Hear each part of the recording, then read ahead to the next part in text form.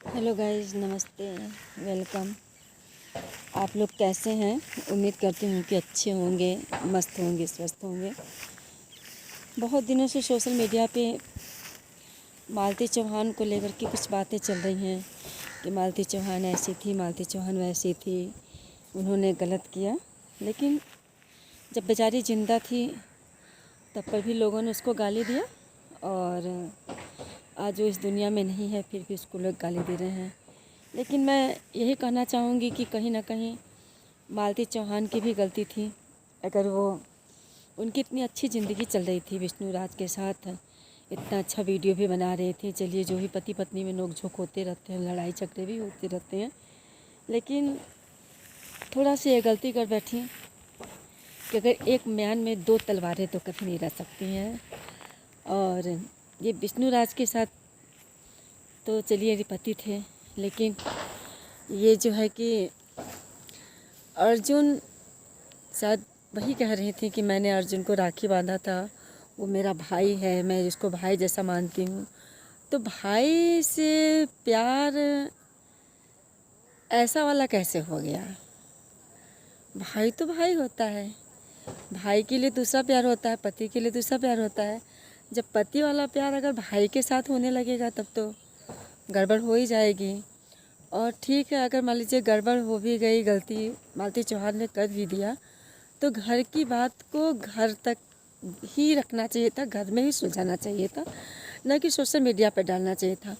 इन लोग social media पे डाले, क्या क्या किए, फिर समझौता किए, समझौता करके जब घर आए तो कम से कम तो अच्छे से रहना चाहिए था। फिर रात में विष्णु राज और मालती चौहान के बीच क्या हुआ कि मालती चौहान अब इस दुनिया में नहीं रही।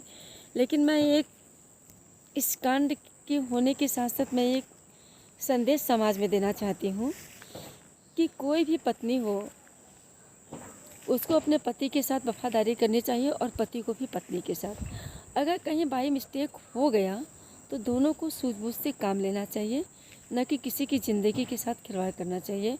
और अर्जुन को भी मैं ये कहना चाहूँगी कि अगर ठीक है मालती ने कहा, तो अर्जुन को भी दिमाग में तो होना चाहिए था ना कि नहीं, मालती मेरी बहन है, मैं उसको बहन की तरह मानता हूँ, मेरी बहन है, तो बहन के साथ क्या फीलिंग होनी चाहिए।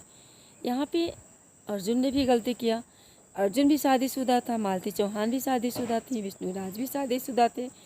तो तीनों ने मिलकर के गलतियाँ की हैं। इन सभी के गलतियों का भुक्तभोगी सिर्फ मालती चौहान हुई, जो इस दुनिया को छोड़ के चली गई। तो मैं यही कहना चाहूँगी कि हर पत्नी को अपने पति के साथ वफादारी करनी चाहिए और पति को पत्नी के साथ। अगर कोई भी किसी भी रिश्ते का गलत तरीके से इस्तेमाल करेगा, हर रिश्ते अपने अपने मायने में हैं। पति का रिश्ता कुछ और होता है, भाई का रिश्ता कुछ और होता है, बहन का रिश्ता कुछ और होता है।